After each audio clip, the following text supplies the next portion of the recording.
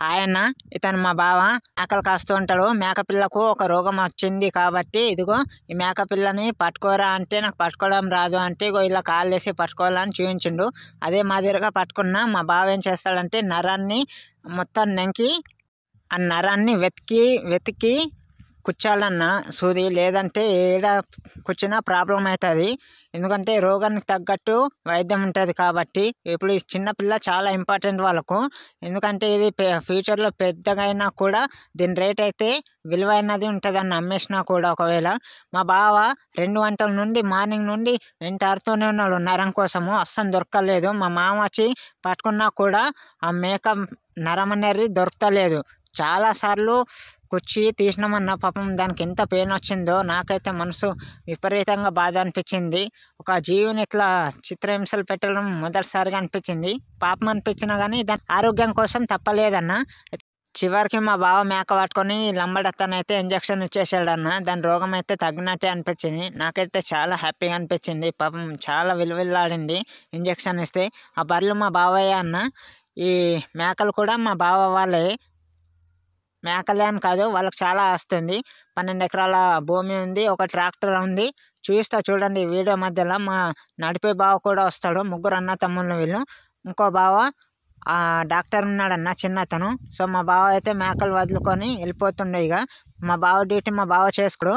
సంత బావ duty tractor ఉంటుందన్న, అతను చేసుకుంటాడు. ఎవరి డ్యూటీ వాళ్ళు చేసుకొని హ్యాపీగా ఉంటారన్న. ఎలాంటి గొడవలు లేకుండా అన్న తమ్ముళ్ళు చాలా హ్యాపీగా ఉంటారు.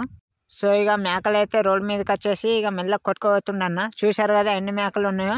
ఈ ప్రతి ఒక్క మేక ప్రతి ఒక్క మేక మా బావ వాళ్ళదన్న. దగ్గర 200-300 దాకా ఉండొచ్చు నా అంచనా ప్రకారం. మొత్తం కౌంట్ చేయలేను.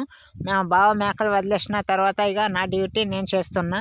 కొట్టమైతే ఊడ్చేసి ఎత్తేస్తున్నా అన్న. ఎందుకంటే ఈరోజు మా అక్క పత్తి ఎరడానికి పోయింది. ఇంటికాడ ఒక్కరిని ఉన్నా కాబట్టి ఇదంతా నేనే బాధ్యతగా చేయాల్సిన పరిస్థితి వచ్చింది. ఎందుకంటే సొంత బావ దగ్గర పని చేయడం తప్పేమి కాదన్న. ఒక బామ్మడికి అది చాలా హ్యాపీనెస్. నాకైతే చాలా హ్యాపీగా ఉంది. కొద్దిగా ఫీవర్ అయితే తగ్గింది. ఇతను మా నడిపే బావ అన్న. ట్రాక్టర్ నడుపుతూ ఉంటాడు. ట్రాక్టర్కు ఇక్కడ ఏదో చిన్న ప్రాబ్లం వస్తే ఆ పయ్య మారుస్తుండన్న లోపల. మా బావ ఎప్పటికీ ఈ ట్రాక్టర్ నడిపిస్తూనే ఉంటాడు. మా పెద్ద బావ మేకలు కాస్తూ ఉంటాడు. మా బావ పని కూడా అయిపోయిందన్న. ట్రాక్టర్ తీసుకొని ఇక పొలాలకైతే వెళ్ళిపోతుండు. చూడండి చాలా మంచోడు మన నడిపే బావ. ఇది ఎవరి డ్యూటీ వాళ్ళు చేసుకుంటూ ఉంటారన్న. ఇక నా డ్యూటీ అయితే ఇదంతా కంప్లీట్ చేసేసిన అన్న.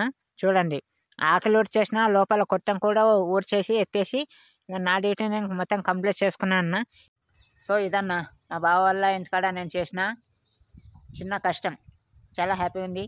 బావలతోని అక్కలతోని ఇలా పని చేస్తూ ఉంటే చాలా సంతోషంగా ఉందన్న. ఇదంతా మా బావ వాళ్ళదే అన్న ప్లేస్. చూసారా ఎంత పెద్ద ఉంది. ఎంత మా బావ వాళ్ళ ఆస్తి. వాళ్ళకి ఆస్తున్నంత మాత్రాన బామ్మరికి ఇస్తారని అనుకోకండి. ఎవరి పరిస్థితి వారిది, ఎవరి కష్టం వారిదే.